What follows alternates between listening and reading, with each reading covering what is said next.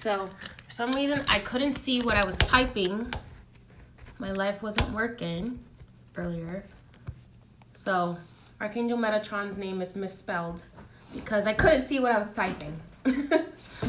All right. Welcome. Welcome. So today I want to speak to you about something that has actually been bothering me for a while. And I've been asking Archangel Michael for permission to talk about this for a while.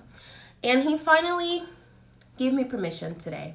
He said, I think that now people are more ready to understand what is going on a little bit more and understand a little bit more about what we are going to discuss today. So today we're going to discuss the myth of the number 666, the sixth dimension, Metatron, and more. Now, if you have come to this video with the belief automatically that Archangel Metatron is a demon, I suggest that you just get off this video because nothing that I say is going to convince you otherwise, okay? Now, if you come to this video with an open mind and you are ready to learn why the number 666, the sixth dimension, Metatron and more, has been demonized by the Christian church, then by all means stay on this video. Now, also in this video, I will be reading an excerpt from the book of Enoch, which is believed, Enoch is believed to have been either influenced by Archangel Metatron himself or and the only actual incarnation, one of the only two incarnations of an angel in which he acted as the voice of God. So Archangel Metatron has been known as the voice of God for many, many thousands of years. Many people were not introduced to Archangel Metatron until the New Age movement. But a lot of people actually knew of Archangel Metatron before the New Age movement because he is older than Christianity itself. Archangel Metatron is actually mentioned in Judaism and older Christian texts until the Catholic Church believed that it was best to denounce the existence of Archangel Metatron as the voice of God. And it's believed that Archangel Metatron is the prince of the seraphim, and the seraphim are believed to be the highest form of angels. So the angels that rule closest to God, where the God dimension is known as the ninth dimension, and Archangel Metatron's dimension is believed to be the sixth dimension. Okay, and here's why the sixth dimension is so important. So the sixth dimension, this is a picture of what the sixth dimension actually is. This is a diagram. So if you look at this picture, many of you may actually recognize this as the hexagram or as the Star of David. Okay, those who have knowledge of the Star of David know that the Star of David is used as a symbol of protection as well as a symbol of creation. Okay, so this is actually a 2D representation of the sixth dimension. If you were to see this in its full form, the structure of this would actually be two pyramids intertwined with each other, one pointing upward, one pointing downward, indicating the fact that that which is above is so below. So everything that is in heaven is made here on earth, as it says in the Father's Prayer. When you say the Father's Prayer in Christianity, it says, may it be in heaven, as in heaven, so may it be on earth. And may the riches of heaven come to earth as well. Now, this is also a symbol of the integration between masculine and femininity. So if you look at this here, we have what's called the Metatron cube. If you look inside the Metatron cube, we have the hexagram or the Star of David, depending on however it is that you've been introduced to it before, okay? What do these symbols represent? Okay, why is Archangel Metatron being accused now by the New Agers of being a demon? And I'll tell you why. They are accusing him of being a demon because they are scared of their own power, because they have been told that having power to create things in your reality is demonic. They have been brainwashed to believe that having the power to speak things into existence is demonic. I will tell you this, that that's not true. In the book of Enoch, before it was taken from the Bible, there are mentions of being able to create your own reality. And Archangel Metatron goes further than the book of Enoch, because there are other prophets that have spoken about the ability to create. The sixth dimension, the hexagram. Now, a lot of people, this is the Star of David, right? This corresponds to Psalm 23, the David Psalm, right? And the fact that whenever you want to unhex someone, whenever you want to wish someone well, you would pray the 23rd Psalm over them, David's Psalm. Now, this is the Star of David, right? But it's also called the hexagram. Well, one side that has been left out of the hexagram, a lot of people, when we talk about hexing, we're talking about wishing bad upon others, right? But this is the hexagram. So how can the hexagram, being the Star of David, also be a bad word, be a bad thing? Here's why.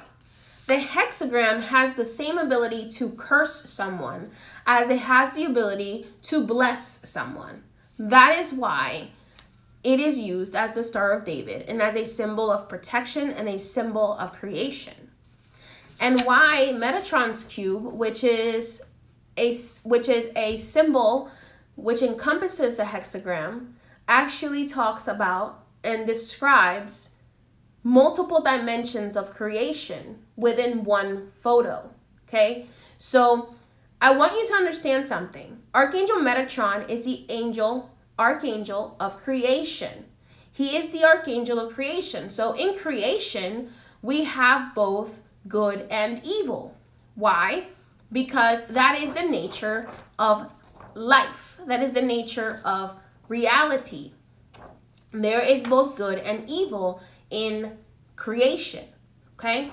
Because what may be good to you may not be good to someone else. What may be good to someone else may not be good to you. So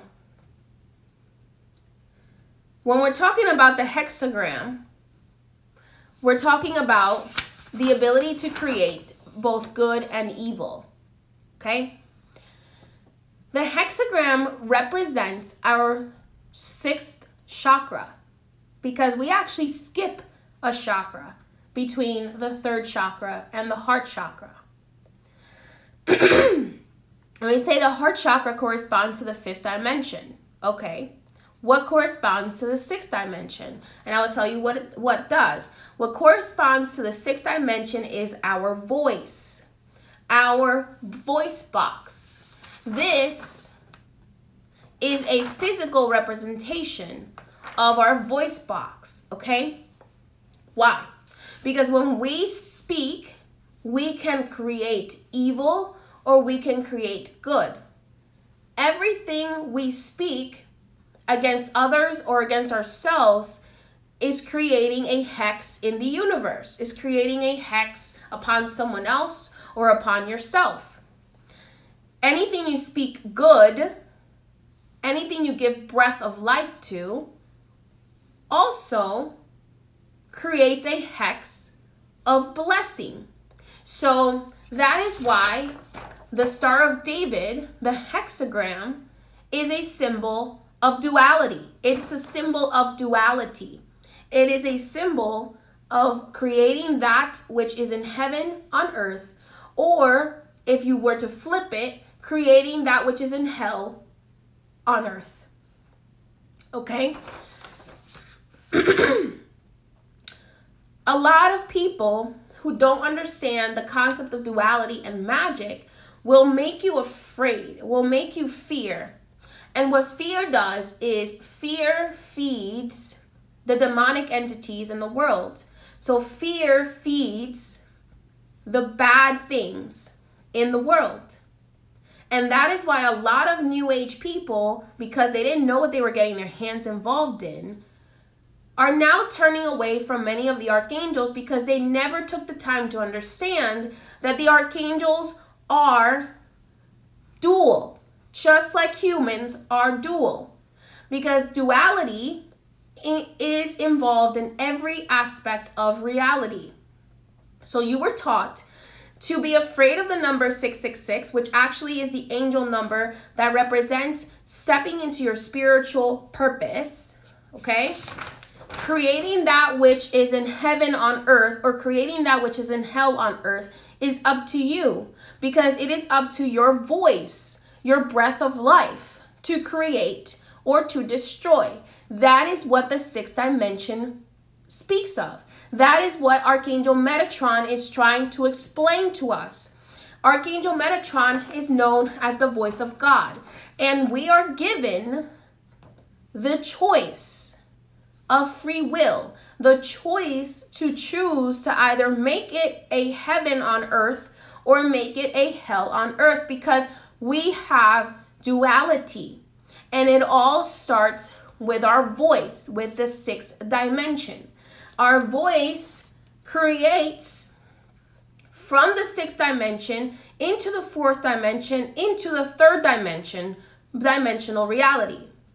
There is, thank God, a buffer on our voice, a buffer on the sixth dimension, which is the fourth dimension, which causes us to have a delay in what we speak into creation, into our third dimensional world.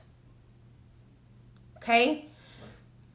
What is going on here? Archangel Metatron is trying to help us understand that we have the power of creation, but religion does not want you to know that. The religion will demonize and will speak ill of anything and anyone that goes against the status quo, which is be a sheep and follow everything you're told, and you have no right to create your own reality. You have no right to make your life better. You have to just take it as it is, and you have to swallow the pill that we are giving you, and this is what you have to do, and you have to do what we say. The Bible was not allowed to be read by common people. The sacred books were not allowed to be read by women until, I believe, the 1950s, 1960s. The Bible itself was not allowed to be read by the common people until after the Bible was edited by religious scholars. 666 is not an evil number, just like the Star of David and the Metatron cube are not evil in themselves. You create the evil or the good, because a hex, which is what the name of this diagram is, a hexagram, a hex can create evil or can create good. Now, in the realms of hoodoo and voodoo, people will tell you, oh, I've been hexed, and usually they're referring to evil being put on them. But in reality, the word to hex actually, in its original form, means either to bless or to destroy or to curse. Because why would the hexagram be used as a symbol of the Star of David, as a symbol of blessing in a religion older than Christianity and in other mystical religions and beliefs, yet it is demonized by the Protestant beliefs and some Catholic people. So now this is not a vendetta against Christianity. I grew up as a Catholic and under in the closet witch, because my grandmother was a very devout Catholic and my grandfather was a spiritual healer. Okay? So I grew up with both doctrines, but a lot of these doctrines would contradict one another, because while the Bible tells us to be more afraid of God, my spiritual belief taught me to love God, to be a co-creator with God, to do the work to create my reality, and that God would reward my desire to do good in the world and my actions of doing good in the world. Okay? Whereas my grandmother's Catholic belief taught me that I was not ever to question the status quo. I was not ever to question my place in this reality. And I was to follow the rules and shut up and not speak and not use my voice. The sixth dimension, the number 666, actually speaks of creating your own reality, as well as stepping into your spiritual purpose. But we are made to believe, and I understand that it's very hard to fall out of this programming, that the number 666 is only evil.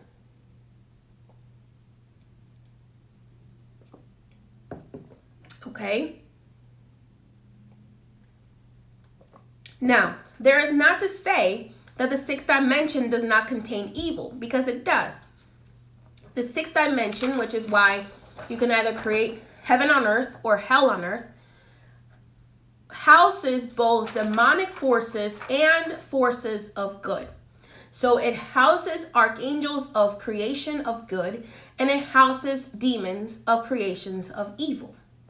Now, evil and good both have a place in the universe. However, they must keep each other in balance, because otherwise, out of balance, they wreak chaos on either side. I don't know if you guys have ever heard the term toxic positivity. A lot of these new age studies preach toxic positivity. Oh, just be positive, just be positive, just be positive, and everything will go away. To a certain extent, that's true. However, there has to be a realistic aspect to positivity, meaning that if we just believe that by being positive and by not using our abilities of creation, that things will just change on their own without us enacting change, okay, then things would never change. Okay? For example, children starving in Africa, children starving in other countries, children starving in our own country. If we just think, okay, if we're just positive, it's just going to go away. No. Forces of some negative is important to make us uncomfortable enough to move out of our comfort zone. Without darkness, there is no light. What we try to do here is not obliterate darkness completely, but rather keep it in check. Okay? We have to keep the darkness in check so that it doesn't cause destruction, but enough that it makes us uncomfortable to act and to change and to grow. Archangel Uriel said to me, because I was listening back to the message from Archangel Uriel last night, And someone asked a question, why does humanity get stuck on the concept of ascension? And here's what he said to me. He said to me, why does a tree not stay a seed? Why does a tree seek to grow and reach out to the sun? It is the same thing as us humans. We seek ascension because we are like a tree going from a seed to a full bloom and fruit. Okay? So through that process of ascension, we have to integrate our shadow. We have to keep our darkness in check, but we have to realize that there is a place for it. Okay? There is a place for it. So please, if you see a lot of these New Agers out there who are mentioning that Archangel Metatron is a demon, he is not a demon. He is an archangel, and many people cannot understand that archangels are not all fluff and love and light, because they too have a shadow that they have to keep in check, because they have to do the work of God, because they have to administer the punishment to those who deserve punishment and the blessings to those who deserve blessings. The world is not all light and not all darkness. Yes, the darkness likes to try to get out of control, likes to try to come out of its box and try to overtake. The hexes for bad try to overtake humanity. But for those of us who have more light in us, we are able to keep that darkness in check. And we must remember that our voice creates both good and bad, just like it creates demons and angels. So the Metatron cube is just trying to remind you that this is all of creation. Okay? There is no healing in toxic positivity because you never acknowledge the darkness. We just ignore the darkness, and then when the darkness comes to bite us in the butt, we blame everything outside of ourselves rather than looking in.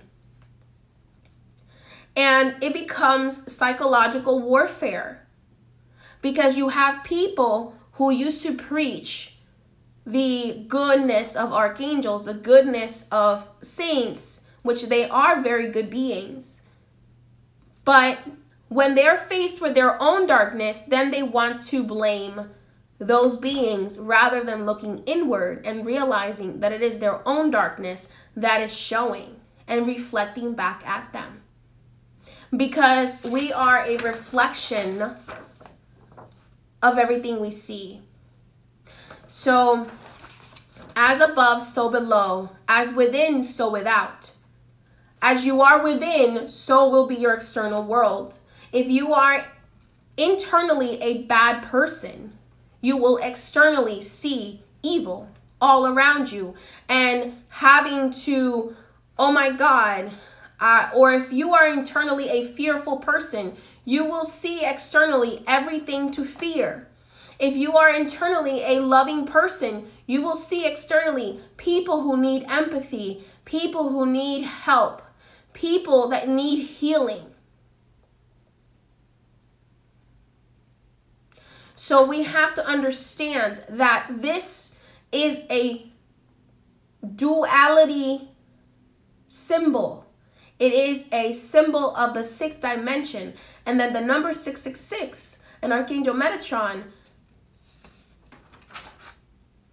ignoring these beings, ignoring these things is like saying, okay, don't look over there, because if you look over there, then you're going to realize that you're not just good. Then there are some bad parts of you that are bad and that you need to keep them in check and that you need to work on those things. And then you will become enlightened, and then you cannot be controlled.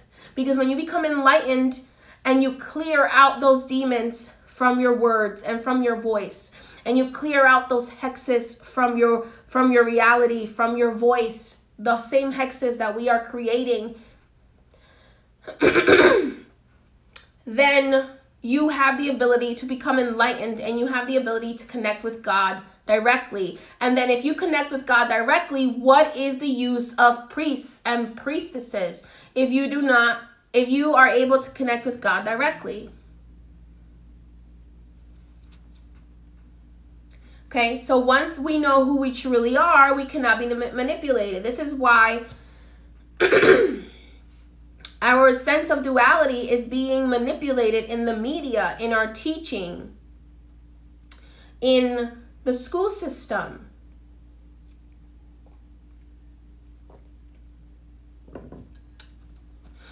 Why our masculinity and our femininity are being manipulated right now. Why they don't want you to know who you are. Because if you know who you are, then you can question.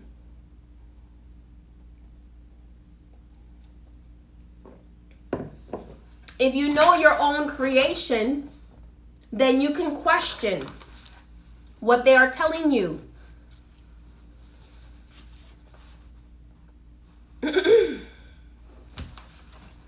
I want to read a passage from the book of Enoch that Archangel Uriel actually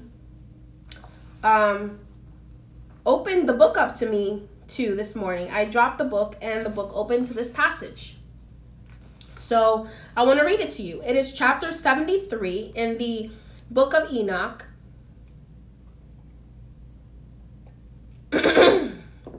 Excuse me, my throat is a little bit crazy today. Now, like I said before, the Enoch is believed to be an incarnation of Archangel Metatron. Others believe that he actually was influenced by Archangel Metatron in his writings. Whatever you believe is up to you, but either way, to me, it doesn't matter. I feel that there is much truth to this book, although I'm sure this one has also been edited to fit the narratives as well.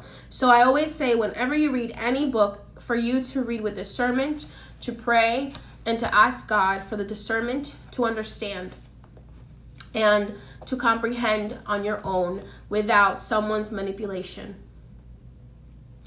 Chapter 73 of the book of Enoch. Then I saw another progress and regulation which he effected in the law of the moon. Why is Enoch speaking about the moon? We're told that moon magic is evil and that we're not supposed to talk about that stuff. We're not supposed to observe the universe, right? The progress of the moon and everything relating to them. Uriel showed me the holy angel who conducted them all. Because remember, Uriel is also the angel of light. Their stations I wrote down as he showed them to me. I wrote down their months as they occur and the appearance of their light until it is completed in 15 days. In each of its 2 7 portions, it completes all of its light at rising and at setting. On stated months, it changes its settings, and on stated months, it makes its progress through each gate. In 2 gates, the moon sets with the sun, viz. In those 2 gates, which are in the mist, and in the 3rd and the 4th gate. From the 3rd gate, it goes forth for 7 days and makes its circuit. Again, it returns to the gate whence the sun goes forth, and in that completes the whole of its lights. Then it declines from the sun and enters in 8 days into the 6th gate, and returns in 7 days to the 3rd gate, from which the sun goes forth. When the sun proceeds to the 4th gate, the moon goes forth for 7 days, until it passes from the 5th gate. Again, it returns in 7 days to the 4th gate, and completing all its lights, declines and passes by the 1st gate in 8 days, and returns in 7 days to the 4th gate, from which the sun goes forth. Thus I beheld their stations, as according to the fixed order of the months, the sun rises and sets. At those times, there is an excess of 30 days belonging to the sun in 5 years. All the days belonging to each year of the 5 years, when completed, amount to 300 1,064 days, and the sun and the stars belong 6 days, 6 days in each of the 5 years. Thus 30 days belong to them. So the moon has 30 days less than the sun and the stars. The moon brings on all the years exactly, that their stations may come neither too forward nor too backwards a single day, but that the years may be changed with correct precision in 364 days. In 3 years, the days are 1,092. In 5 years, they are 1,820. So he's talking about here how the fact that the moon actually changes how long our years are. So we have this standard year of 365 days, but that's actually not true because the moon rules a lot of the changes of how often the sun is in it controls our years. In 5 years, there are 1,820, and in 8 years, 2,912 days. To the moon alone belong in 3 years, 1,062 days. In 5 years, it has 50 days less than the sun. For an addition being made to the 1,062 days, in 5 years, there are 1,770 days, and the days of the moon in 8 years are 2,832 days. For its days in 8 years are less than those of the sun by 80 days, which 80 days are its diminution in 8 years. The year then becomes truly complete according to the station of the moons and the station of the sun, which rise in the different gates, which rise and set in them for 30 days. Okay. So it's interesting here because then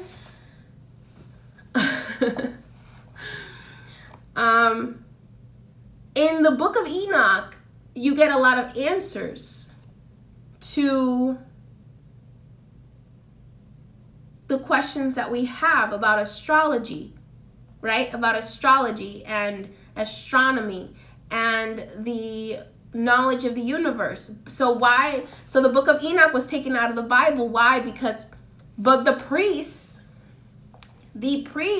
when this was in Latin, they were allowed to learn this, but the common folk were not allowed to learn this. Why? Because then we would know that there is something other than what we are being told. Okay?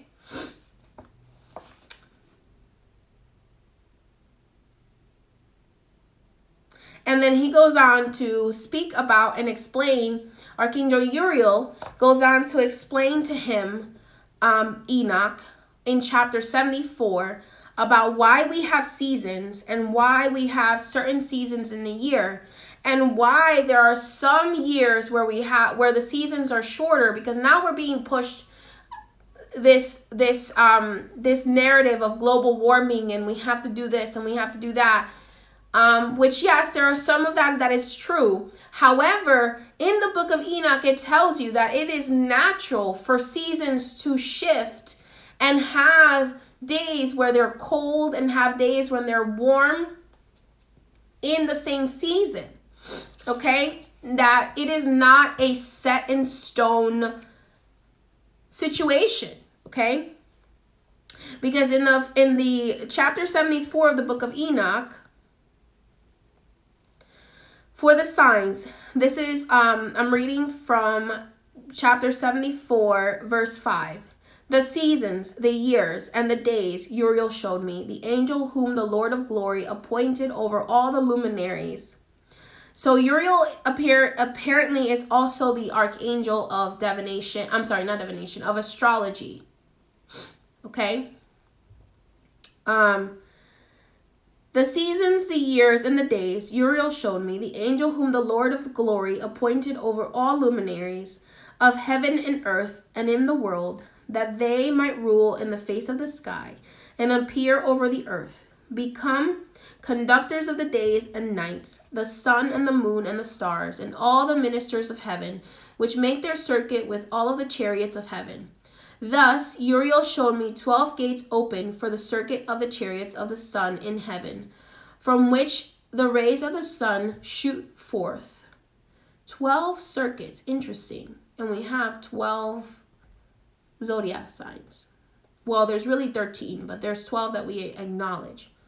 From these proceed heat over the earth, when they are opened in their stated seasons. They are for the winds and the spirits of the dew, when in their seasons they are opened in heaven in its extremities. 12 gates I beheld in heaven, at the extremities of the earth, through which the sun, moon, and stars, and all the works of heaven proceed at their rising and setting. Many windows also are open on the right and on the left. One window at a certain season grows extremely hot. So also are there gates from which the stars go forth as they are commanded, and in which they set according to their number. I saw likewise the chariots of heaven running in the world above to those gates in which the stars turn, which never set. One of these is greater than all, which goes around the whole world. Then we move on to chapter 75. Okay. And at the extremities of the earth I beheld 12 gates open for the winds, from which they proceed and blow over the heaven. 3 of them are open in the front of heaven, 3 in the west, 3 on the right side of heaven, and 3 on the left. The first 3 are those which are towards the east, 3 are towards the north, 3 behind those which are upon the left, and towards the south, 3 on the west. Now, this is interesting because this is talking about the cardinal directions, okay? If you know anything about elemental magic, you know that elemental magic belongs to the cardinal directions. So you have the cardinal direction of earth, north, fire, south, water, west, and air, as east. So we're talking about magic here. Even though we are denouncing magic in our current form of Christianity or New Age Christianity, whatever it is you want to call it. But we are talking about magic here, right? And Archangel Uriel is sharing with him the secrets of this magic. The magic of our heavenly bodies. From 4 of them proceed winds of blessing and health, and from 8 proceed winds of punishment, when they are sent to destroy the earth and the heaven above it. So here he's talking about hurricanes. So he's talking about winds that are created to bring punishment. Okay, so punishment upon the earth. And to me, the first image I got when I read that was a hurricane. So 8 proceed winds of punishment, when they are sent to destroy the earth and the heaven above it, all its inhabitants, and all which are in the waters or on dry land. The first of these winds proceeds from the gate termed the eastern. So he's like, what is it? This is like meteorology. So we get the weather every day from our weatherman. So this is Enoch talking about the angels explaining to him the weather. The first of these winds proceeds from the gate termed the eastern, through the first gate on the east, which inclines southwards. From this goes forth destruction, drought, heat, and perdition. So these are the dry winds. From the second gate, the middle one, proceeds equity. There issue from its rain, fruitfulness, health, and dew. From the third gate, northwards, proceed cold and drought. After these proceed the south winds through 3 principal gates. Through their first gate, which inclines eastwards, proceed a hot wind. But from the middle gate proceed grateful odor, dew, rain, health, and life. From the third gate, which is westwards, proceed dew, rain, blight, and destruction. After these are the winds of the north, which is called the sea. They proceed from 3 gates. The first gate is that which is in the east. So this is the first gate here. He's denoting that this first gate he's talking about is actually the 7th gate. That he's now moved on to the 7th gate because we've discussed 6 of them already. We've discussed 6 of them. He's on to the 7th gate. We can sense the weather, right? We know if we are in tune with our ability of creation, we can sense the weather. Like, I know when it's gonna snow, even if it's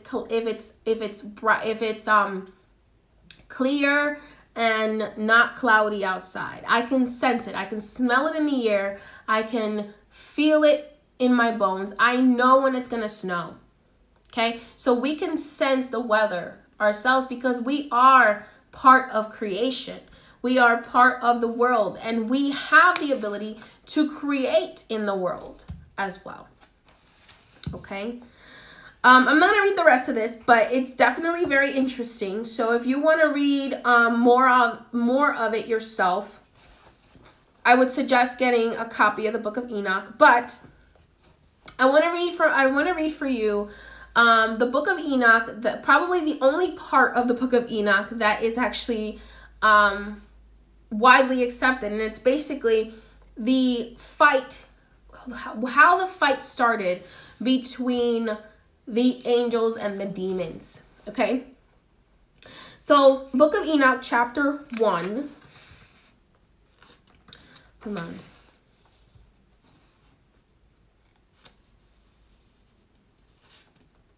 Let me see. I will make sure. This might be a few books for me to get through, but a few chapters. Okay, so the Book of Enoch, chapter 1.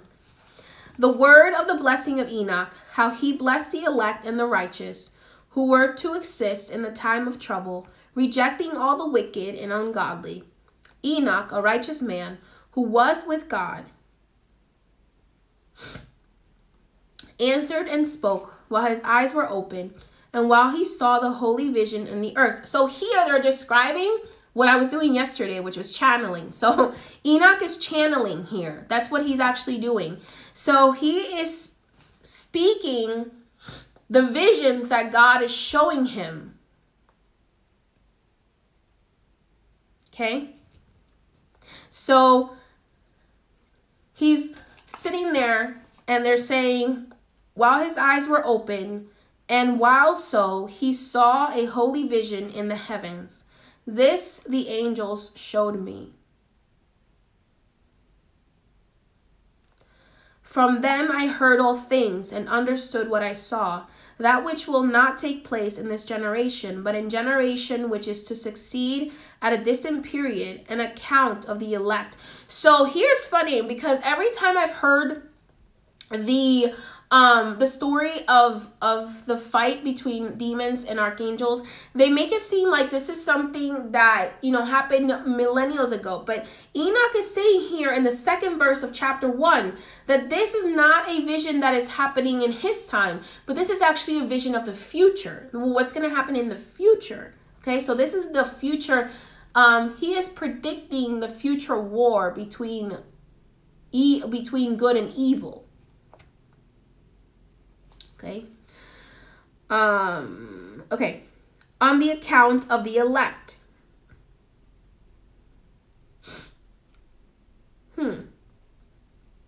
Upon their account I spoke, and I conversed with him.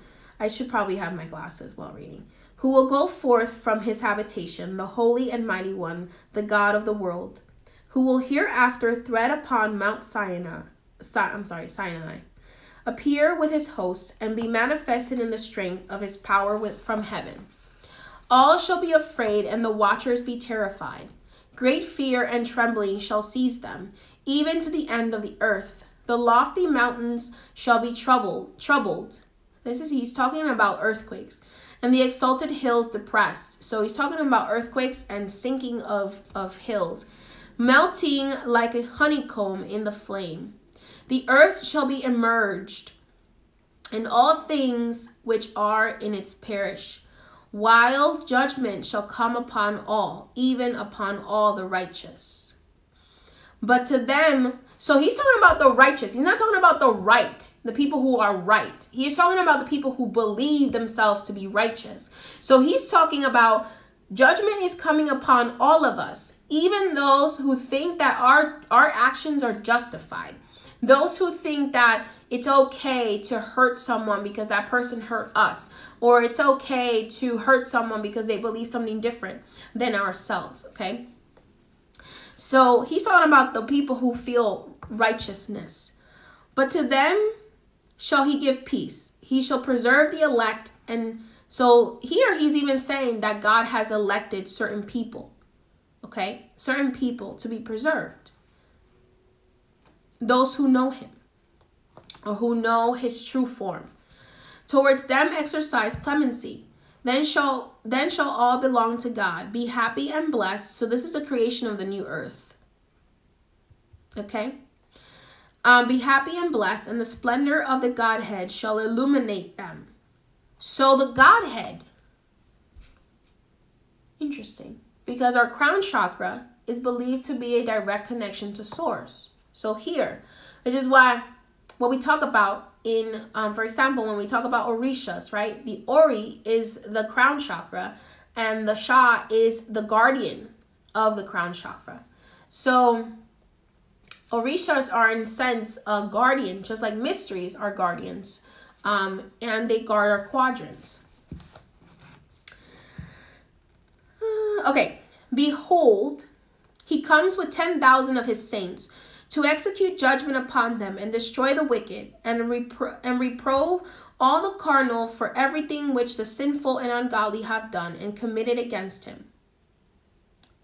All who are in the heavens know what is transacted there. They know that the heavenly luminaries change not their paths, that each rises and sets regularly, every one of its proper period, without transgressing the commands which they have received. So this is basically saying that all of the bodies in heaven follow the laws of God. So God says, okay, this is the way that you're supposed to move, and this is the way that you move, because this is the law that I have created for it.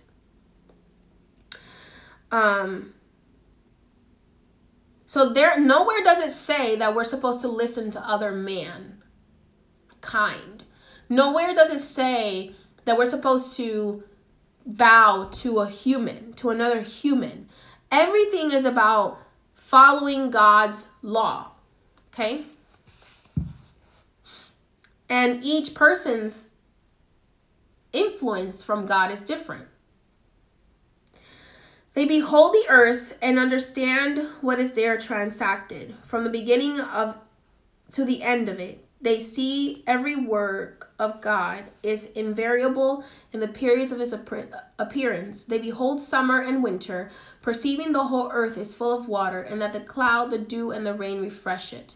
They consider and behold every tree, how it appears to wither. So this is talking about how the angels in heaven, they pay attention to everything. They write everything down that's going on, because it says that the saints and angels of God are watching over all of humanity and all of everything that's going on and keeping record of everything that happens.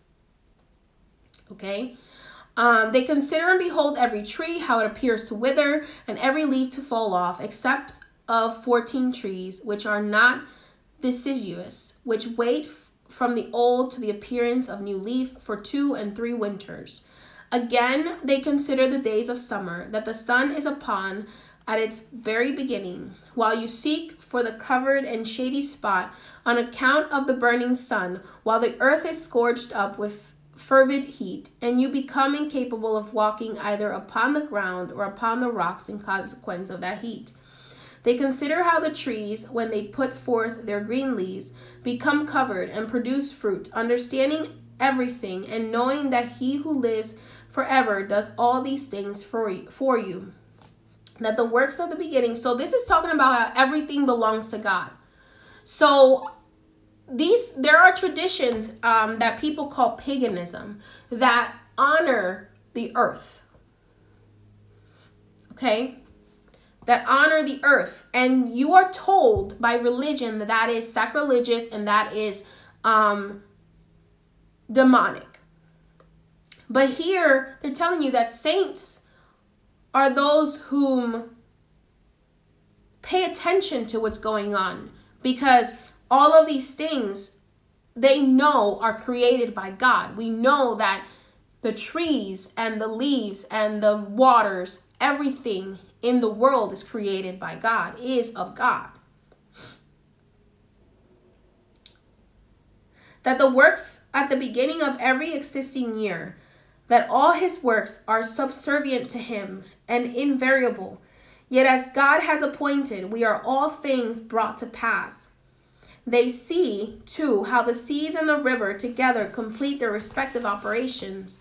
But you endure not patiently, nor fulfill the commandments of the Lord, but you transgress and calumniate his greatness, and malignant are the words in your polluted mouths against his majesty.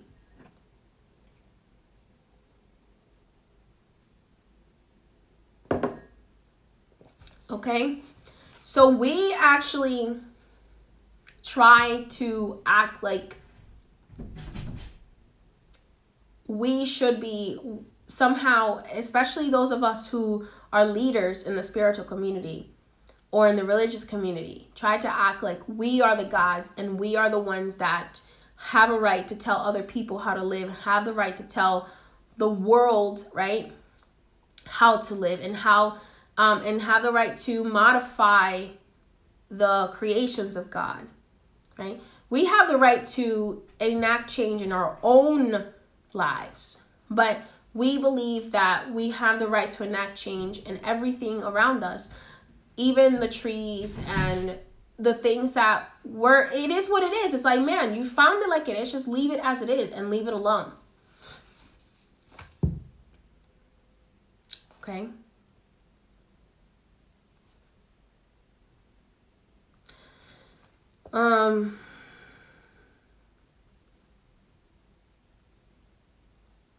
So basically this is saying that if you don't listen to the heart within, the God within you, the God that is speaking through your intuition and the goodness, that you are basically polluting and disrespecting God's rule, God's,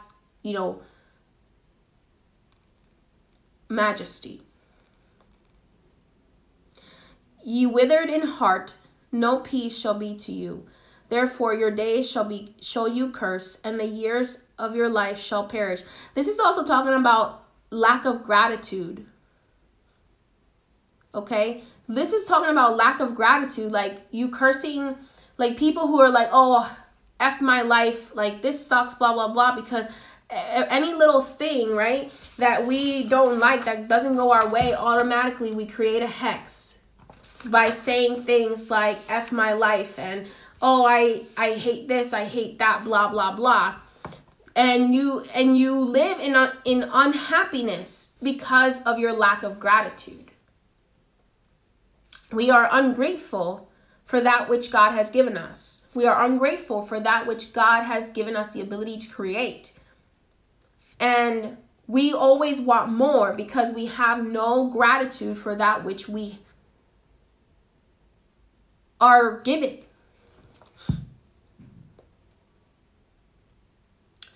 So in the days of disgratitude, the evil shall rule. Okay?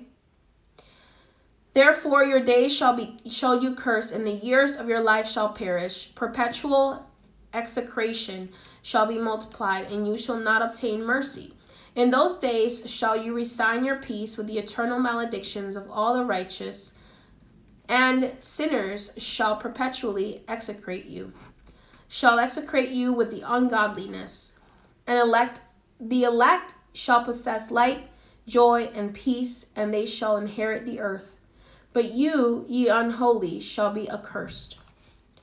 So basically, the elect who respect and who are grateful for that which is given to us by God will be selected, and they shall live. So those who elevate will be given light and joy and peace, and they shall inherit the earth.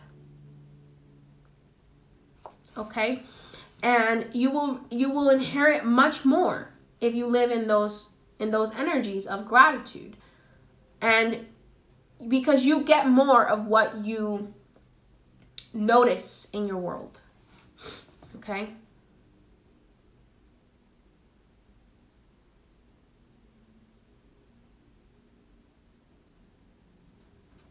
Then shall wisdom be given to the elect. Okay, so those who have been elected by God. Because remember, God, you cannot elect yourself. God elects you and creates and gives you a purpose, right? Even though we have the ability to create. But there are people that God has as chosen of the chosen. Okay? And then God will give the wisdom to those that he elects, or it doesn't say he, to the elect. Give the wisdom be given to the elect, all of whom shall live, and not again transgress by impiety or pride, but shall humble themselves, possessing prudence, and shall not repeat transgressions. So there's nothing wrong with making mistakes. There's something wrong with making a mistake you know is a mistake and doing it over and over and over again. So when you do something and then you ask for forgiveness and then you do it again, then that's not true. Like, you're not really sorry if you're going to continue your behavior. You're not really repenting if you are going to continue your negative behavior upon yourself and others. Okay? They shall not be condemned the whole period of their lives, nor die in torment or indignation, but the sum of their days shall be completed, and they shall grow old in peace, while the years of their happiness shall be multiplied with joy, with peace forever, the whole duration of their existence. So this is basically saying, like, if you pay attention to nature, you will be in so much gratitude, and you will receive the true knowledge from God. So this is telling you, this is not telling you that God is in a book. This is telling you, go out and look at the trees and look at the stones and look at the rivers and look at everything, how God has created it and how wonderful it is. And you will see the truth of God, and you will be humbled by that truth. And that humility will create gratitude, which will create blessings in your life. That is why the angels, that is why the mysteries, that is why the orishas, that's why so many of these beings are constantly of light, are constantly telling you, go out in nature. This is why you are being locked down. You're being locked down so that you can't go out. And now in California, you can't even go out for a walk by yourself. Like, does that make any sense? Why? Because the devil does not want you to see the beauty that God has created. Because the devil does not want you to live in peace, light, joy, in happiness.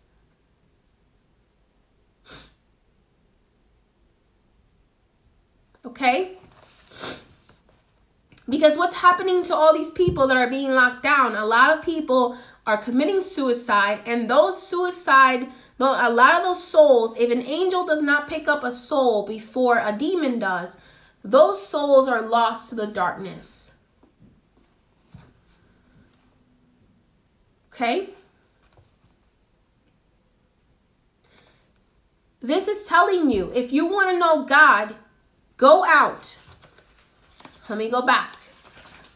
Go out and consider and behold every tree, how it appears to wither, and every leaf to fall off, except of 14 trees which are not deciduous. And again, consider the days of summer, that the sun is upon us at its very beginning, while you seek for a covered and shady spot, on account of the burning sun, while the earth is scourged with fervid heat. Consider how the trees, when they put forth their green leaves, become covered and produce fruit. Understanding everything and knowing that he who lives forever does all these things for you. So God does all these beautiful things for us. And we are so caught up in this, looking at this, because that's what they want us to do, because that's what sheep do in order to, we're so caught up looking at this screen every day, being programmed, that we do not notice the seasons changing. We do not notice when the sun rises and the sun sets. We do not notice when the moon changes. We do not notice when the leaves fall and when the leaves grow again. We do not notice when the water freezes and when it thaws, because we are so caught up in this, because this is another form of demonic control.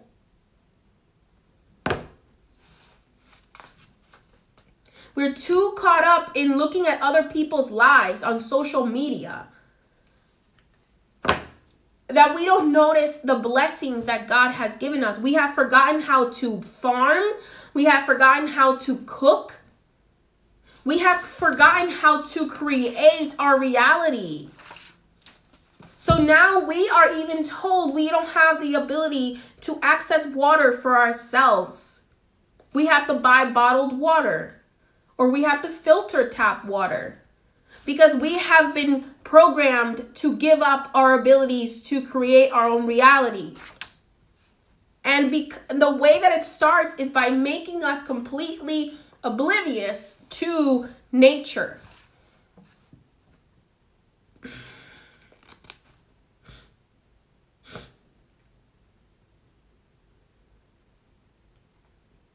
And then it goes on to say how God has given us each a purpose, just as he has given the trees and the rocks and the waters a purpose.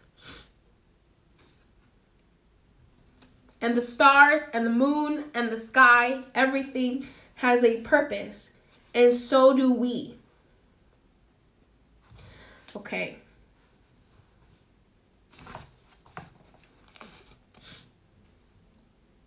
And then it goes on to talk about how we have disrespected the earth.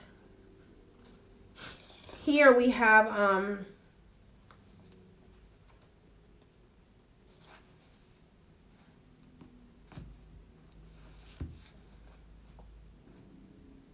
so then it goes on to talk about how the angels fell.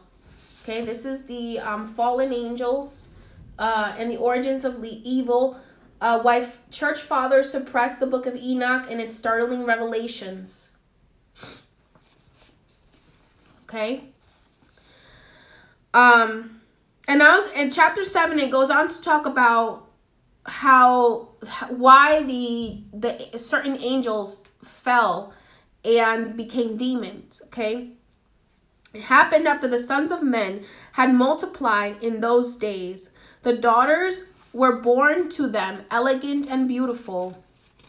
And when the angels, the sons of heaven, beheld them, they became enamored of them, saying to each other, "Come, let us select for ourselves wives from the progeny of men, and let us beget children." Then their leader said to them, "I fear that you may perhaps be indisposed to the performance of this enterprise, and that I alone shall suffer for so egregious a crime." But they answered him and said, "We all swear and bind," their leader's name was Samyazah.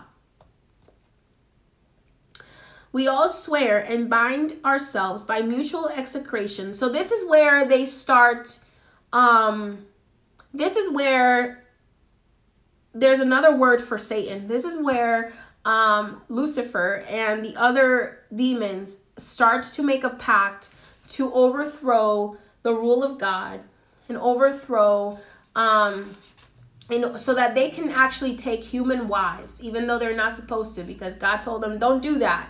You're not supposed to do that, okay? You're not supposed to sleep with women, with the human women, okay? I fear that you may perhaps be indisposed to the performance of this enterprise, and that I alone shall suffer for so egregious a crime.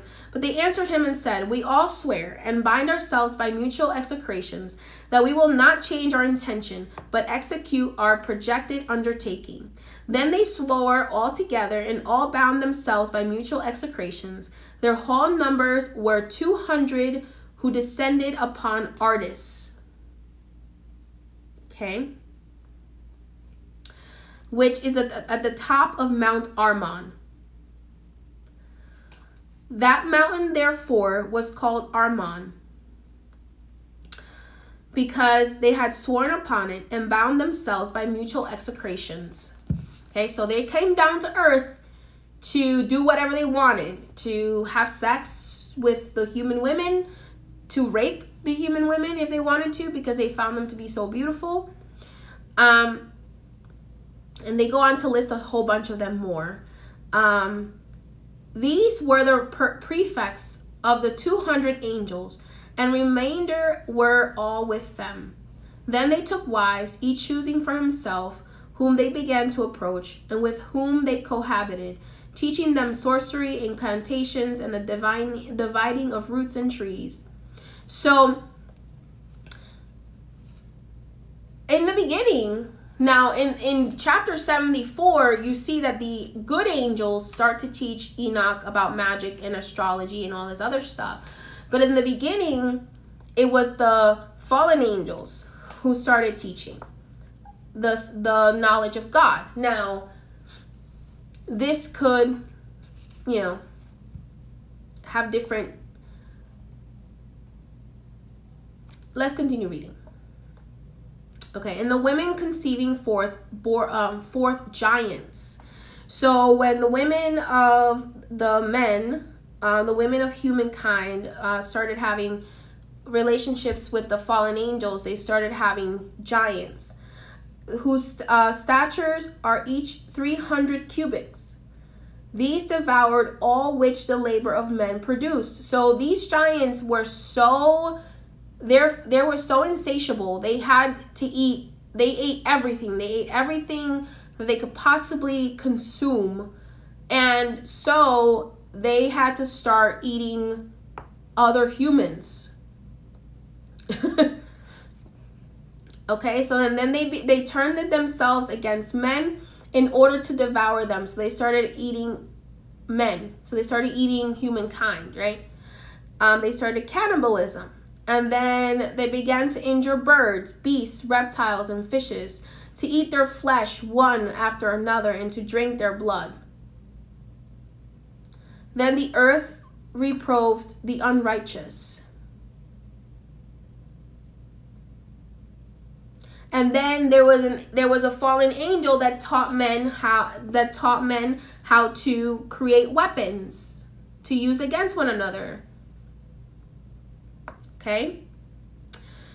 Moreover, Azazel, which is one of the fallen angels, taught men to make swords, knives, shields, breastplates, and the fabrication of mirrors, and the workmanship of bracelets and ornaments, the use of paint. Now, not all of these things are bad, but there are certain things that are, because they cause people to fight each other and to use weapons against one another. The use of paint, the beautifications of the eyebrows, the use of stones, of every value and select kind, and of all sorts of dyes, so that the world became altered. Impiety increased, fornication multiplied, and they transgressed and corrupted all their ways.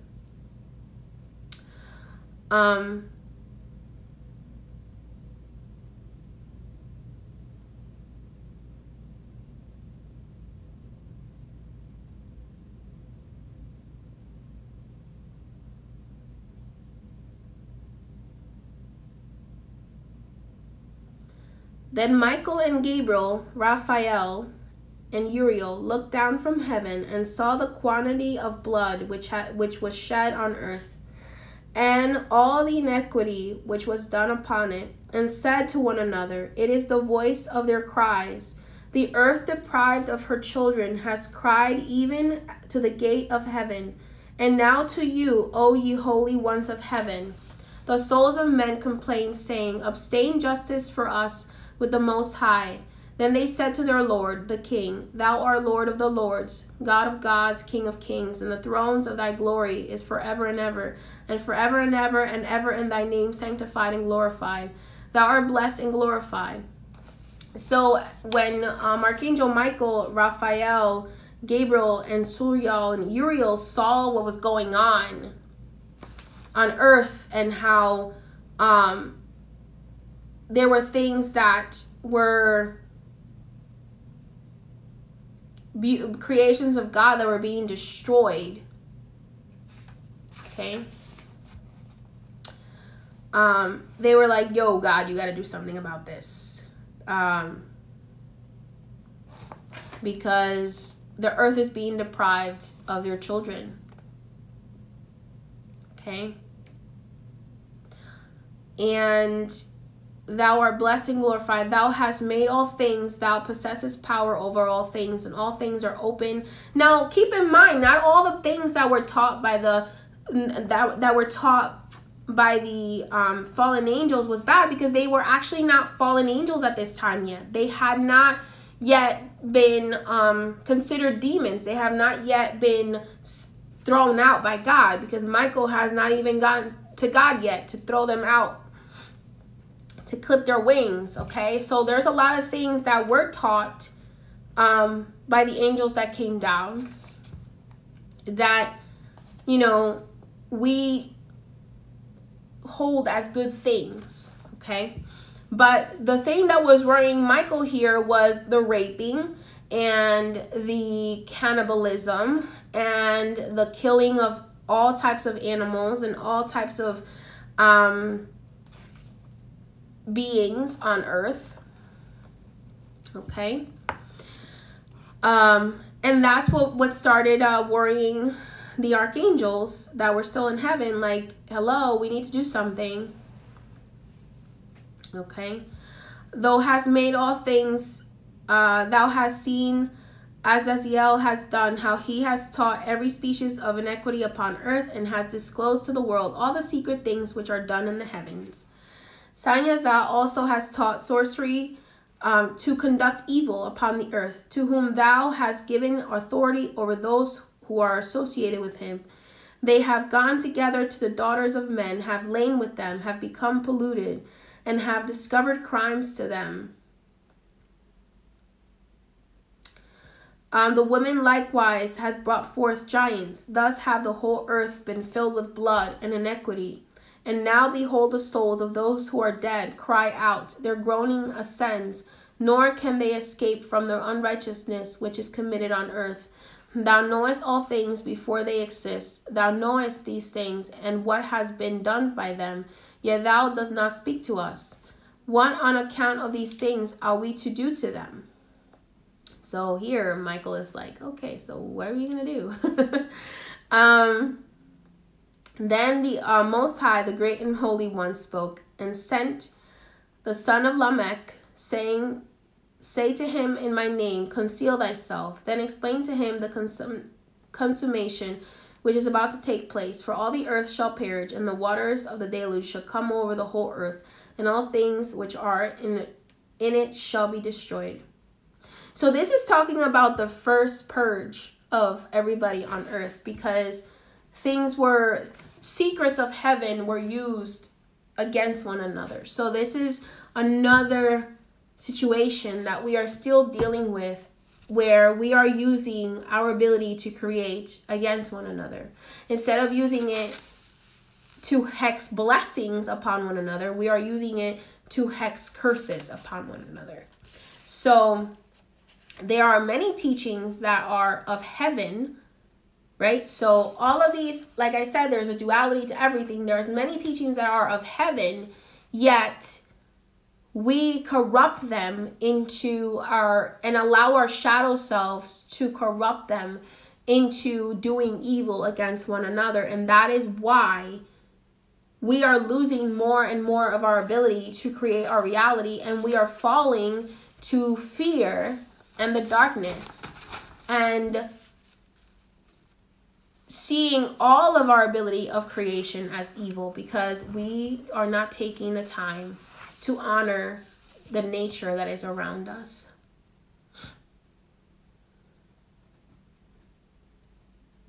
So when we think it's upon us that we are righteous in our revenge, then we create this mistake of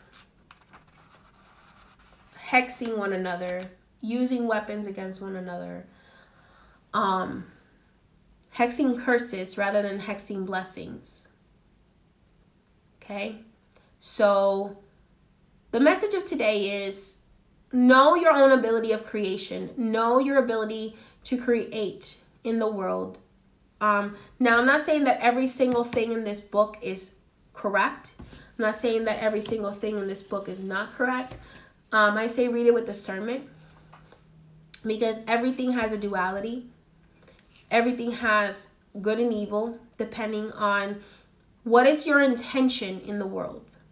So the 666 and the sixth dimension and Archangel Metatron, they all ask us to question, what is your intention in the world? Okay, what is your intention in the world? If you want to read it, this is Fallen Angels and the Origins of Evil by Elizabeth Clare Prophet. Now, I suggest that you read that book many times before you make up your mind, because there are some things in there that in the beginning, it was like, oh, humans are not allowed to have that. And then towards the later parts of the book, Enoch talks about how the good angels taught us how to do the right type of magic. So Archangel Michael taught us how to do how to use weapons for the right reasons, and how to use Archangel Uriel taught us how to use astronomy for the right reasons, because in the beginning, the demons taught how to use magic and how to use weapons for evil. Okay, to get their way, to get your way, and to only, even if it hurts others. Okay, whereas later on, Enoch goes on to say, you know, how the archangels that are still in heaven, God was like, okay, well, they already know magic, so let's teach them how to use it for the right reasons, in the right way. Okay, and how to use astrology and astronomy in the right way. So remember, there is a duality. And this reminds you as well that to step into your purpose, step into your spiritual purpose. To remember that your purpose is not just to work and die. You have spiritual lessons that you came here to learn. You have spiritual purpose. You have transmuting of pain into light that you are meant to learn and to transmute and to create something greater with. Okay? And understand that everything is deeper, and not to just, we have a tendency as humans to fear that which we do not understand. Okay, so if you read the first part of the Enoch book, you'll be like, oh my God, the angels that fell taught sorcery and taught weapons and all these kinds of things. Now I'm going to rebuke all of that stuff. But it also talks later about how God was like, okay, they can know this information because they've earned it. And here is, you know, the right way to use magic, and the right way to use, you know, using cutting instruments for farming, for doing the things that will benefit society and humanity, rather than for killing one another. So remembering to not be so fearful that you just fall in line with whatever other people are telling you. Ask God for the discernment to understand that which you cannot comprehend, and to respect, even if you're not trying to get involved in anything that you are afraid of, having the respect to not, to just, you know, step away without trying to persecute others, okay, for what they believe in. Because that's been one of our biggest problems as religious and spiritual people, is that we try to persecute others for their beliefs, like we're God and we're not God. So this is the book. And remember, make sure that you are ready to read this book with discernment. Because if you don't read this book with discernment, you will probably get scared like not even halfway through it, and then be like, okay, you know what, I don't want to read this.